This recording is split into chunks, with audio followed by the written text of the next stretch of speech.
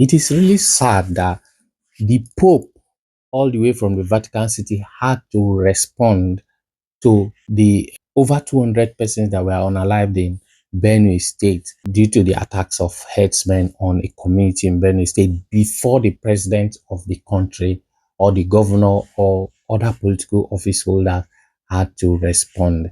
This is really sad because the primary responsibility of any government is the security of lives and properties of citizens. In fact, if somebody is leading or somebody is holding a particular responsibility, we need to be very careful how we criticize them, how we react to certain things. We remember those days of Boko Haram when Goodluck Jonathan was still the president. Some of the statements that are allegedly credited to the current president, Bola Ahmed Tinubu. Tinubu allegedly said that on matters of security, the buck stops at the president's table. Like in other countries, Jonathan is the chief security officer. Stop Boko Haram. So here, the current president was criticizing Goodluck Jonathan, trying to put all the blame on him. Not really that he was putting all the blame. What he was saying are statements of fact. But now he is the president. Has the story changed? Is he acting like the chief security officer? Is he taking the bull by the horn? Why these questions? Because recently we saw this pronouncement of a state of emergency in Rivers State where no life was lost. It was what is rumored to be a political fight between a godfather and his son. And from nowhere, we saw a state of emergency pronounced in Rivers State. And here, these killings have been going on over time, although this happens to be like a major one where over 200 persons were unalived. Now, there is no state of emergency. Is it because the government in the state is of the ruling party? So you see that these things have been happening over time, and this government has not really responded like it should be. Let me also remind us of one of the statements I allegedly credited to the current president when Jonathan was still the president. He said, the festering Boko Haram attacks on the northeast and massacre of innocent citizens is concrete proof that Nigeria has no government. So the question is there a government now? Because these things have been happening over and over again.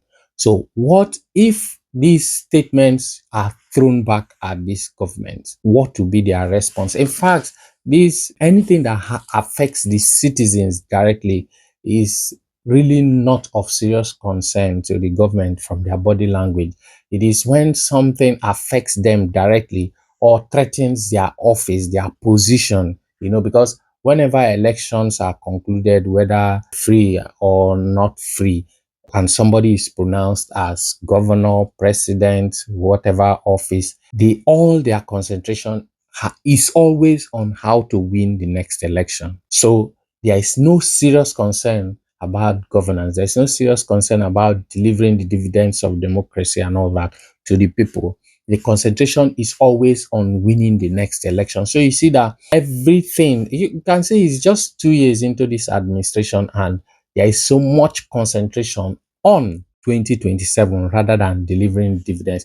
In fact, anything that is done now is geared towards reclaiming or retaining power in 2027. Why is it so? In fact, right now, the ruling party should be doing more of governance than even talking about politics. Because if they do well, they wouldn't even need to say much before the people will vote them back. They wouldn't need to do much of this whole politicking and campaigning here and there. Their campaign should be delivering their promises. Have they kept their promises of security, their promises of hope?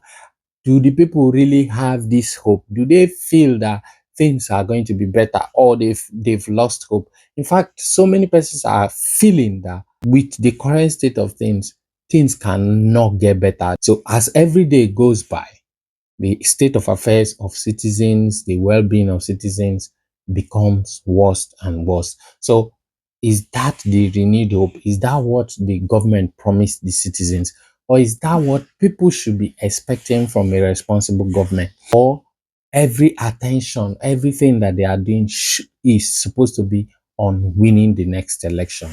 These questions are serious questions that the ruling class should ask themselves. Even Bobrisky came up and tweeted and said, "Oh, when it is Bobrisky, the National Assembly is quick to arrange an emergency sitting. Now, how many persons have been unalived and there's no emergency sitting?" And true, the case that involved Bobrisky, VeryDarkMan, and the Falanas and all that, and the correctional center or facility where she was supposed to stay. Is it she or he was supposed to stay? And at the end of the day, VeryDarkMan came up to say he never served his sentence. And the National Assembly were very quick to arrange an emergency sitting and all that. At the end of the day, one way or the other, Bobrisky had to escape, you know. Now, this kind of thing has happened. Over 200 innocent citizens. Some of them were sleeping, young children were ambushed and burnt, and there is no emergency sitting. In fact, it took the response of the Pope for the government to officially react and talk to the people. In fact, we've even heard that some political office holders, some special assistants, and all that have been relieved of their office, their responsibility. Why? Just because they were part of the protest against this massacre. Is that what should be happening? Is that what a responsible government should be doing? Relieving responsibility of people that came out trying to protest, talk for their people, speak for their people. These are the people that are losing their offices. These are the people that are losing their responsibilities in government. In fact, these are the people that are supposed to be encouraged for coming out to speak for their people, for coming out to protest this kind of a thing. But here, these people are losing their offices. These people are losing their jobs. This is not what this government promised. The whole renewed hope thing has turned to something else. The whole renewed hope thing is kind of trying to make the people hopeless. People are struggling to survive when it comes to daily living, when it comes to feeding and sheltering themselves. Now they are being ambushed by headsmen and all that. And this whole insecurity is all over the place. And the fact that the government prioritizes mere political issues that wouldn't affect the common man more than these things that affect the citizen is really sad.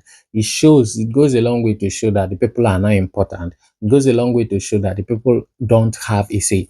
That's why I would always advocate for electoral reforms, because the people need to own this power to make and unmake. The people need to have this power to put you there and to remove you. Immediately, the people have this power to elect their leaders.